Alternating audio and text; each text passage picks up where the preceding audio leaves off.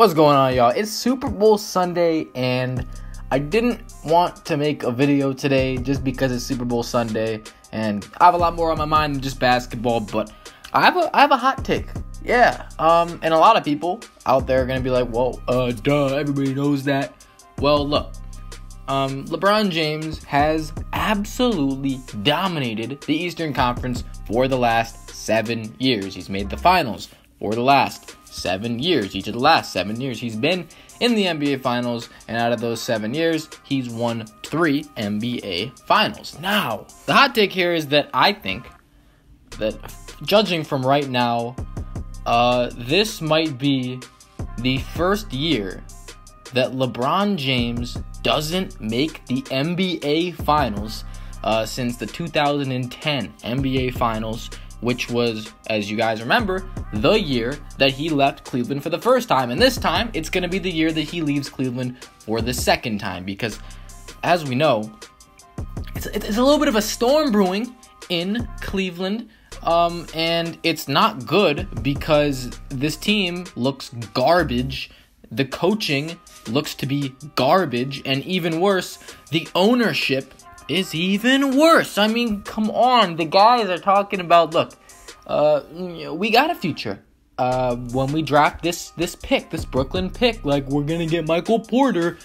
The Brooklyn Nets aren't, like, the worst team in the league or really close. I mean, yeah, they're not very good, and they're certainly out of the playoff picture, but, I mean, you'll be lucky if you get a top 3 pick in the draft with the way things are going right now.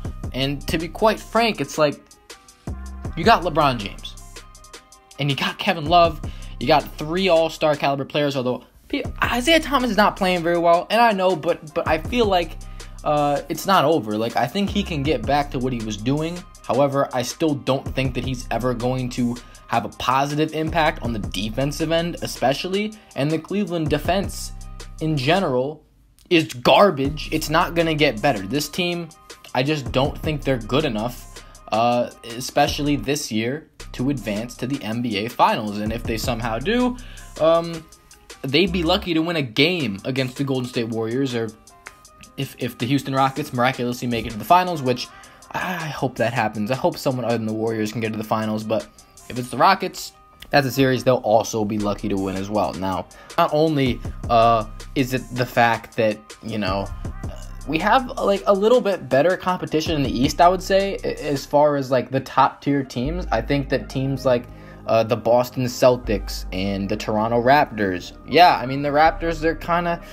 they're looking better than they've ever looked, I would say, even though I still need them to sell me in the playoffs because they've always looked good in the regular season. But I feel like this could be their turning point. This could be the year where they just flip things around, and, you know, DeMar DeRozan and Kyle Lowry can actually, you know, turn some of these negative past performances around and you know, kind of rewrite their playoff legacies if they wish, because they do, believe it or not, have a shot at the NBA Finals. I know a lot of people just kind of would think that's weird to say, like, the Raptors in the Finals just doesn't sound right, especially in this day and age, but this is the best time, and I think that, you know, with this really underachieving Cavaliers team right now, a Boston Celtics team that they are very good. They're a very good Celtics team, but if that's your greatest competition, I feel like a team like the Raptors should think that they have a chance to get to the Finals and think they have a chance to win the Finals, even though I don't think I'd give them a chance to win the Finals against the Warriors or the Rockets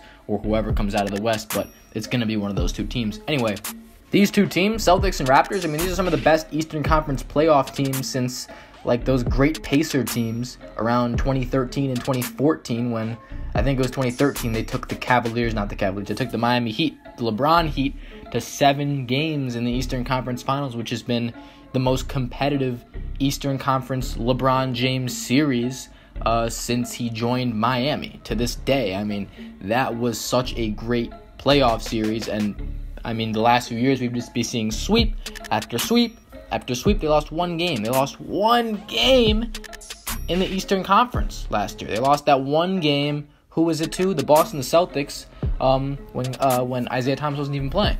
So, I mean, that was fun, but this team that they have now, I don't see it Kyrie Irving's not on the team. He's on Boston now, and that makes a huge difference when you have to play against Kyrie Irving and you don't have anybody to stop him.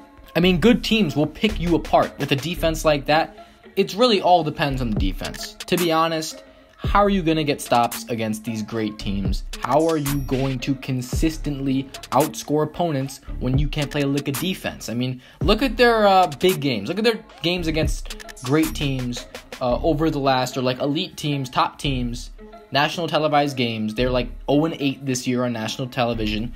Look at who they've played and how it ended. I mean, they lost to the Warriors twice. They got destroyed by the Toronto Raptors last time they played. They got destroyed by the Houston Rockets last night. They got manhandled by the Minnesota Timberwolves a few weeks ago. And when they played the Spurs without Kawhi Leonard and other significant players, they lost that game as well. They can't beat anybody that can pose a threat to them, and it's looking really bad because these are the teams that you need to show that you can beat. What confidence are you going to be riding into the playoffs on when you're facing the Raptors or the Celtics when they've, taken care of you in the season? Not to mention the Celtics might get Gordon Hayward back as well. Like, that might leave an impact also. But the Cavs, they're not firing Tyronn Lue. I don't know why they wouldn't want to fire Tyronn Lue at this point. They have no reason to keep him. He doesn't have a shred of positive coaching experience, at least in this year. And I can't understand what he could possibly be doing right for them right now and what they could be relying on him for in the future. This team has looked like a mess all season long. They started off terrible, remember, and while they did have that big win streak, that has been their lone highlight of this season. You take that win streak out and they are below 500. I mean, obviously you can't just subtract it because it happened and it's part of the history of this season, but Isaiah Thomas wasn't playing for that time. They don't have Kevin Love right now. How far are they going to fall in the Eastern Conference standings without Kevin Love is also a valid question, with Isaiah playing the way he is, LeBron playing the way he is, LeBron going through some of the worst patches of his career right now. You might look at the stats and say, he's still putting up big numbers, but his plus-minus has been god-awful. His defense has been god-awful. He is at one of his lowest points in his career, period. And they can't seem to beat anybody that has like any sort of talent whatsoever. Any team that's like just okay, they struggle against. So I'm just gonna leave it at that.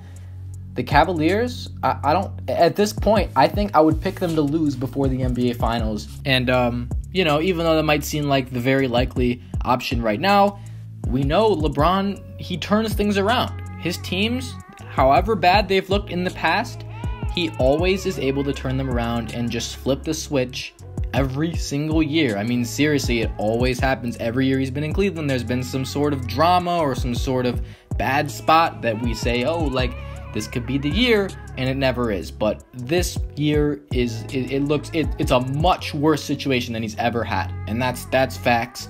And his abilities will be tested when it comes to playoff time. Can he really lead this team to just flip that switch? Is it possible? And I cannot wait for the playoffs, because that's going to be very interesting. If the Eastern Conference playoffs is actually competitive this year, with LeBron and the Cavs losing games like other teams do, it's going to be one of the best Eastern Conference playoffs that we've had in years. And if the Rockets can hold their own against the Warriors and somehow pull out a series win, then this could be one of the great NBA playoffs that I've been waiting on for a while now. That's going to do it. I'm out. Thanks for watching. Let me know what you think down below. Will the Cavs make the NBA Finals? How far will they fall? What seed will they be in? That stuff matters. If they have to play the Cavs, the Raptors, without home court advantage, does that matter? Will they lose? I hope they lose. Just not because I'm a hater or anything, but I want to see someone else in the finals. And I don't think the Cavs are equipped to beat the Warriors. The other teams in the East might not be either, but I don't want to see Cavs Warriors again, because not only is it boring, but the Cavs aren't good enough to contend with the Warriors. No matter how good they finish the season off, the Warriors have a much more stacked team, and I don't think it's going to be very interesting. So we'll have to see. But yeah, I'm out. Thanks for watching, y'all. Peace.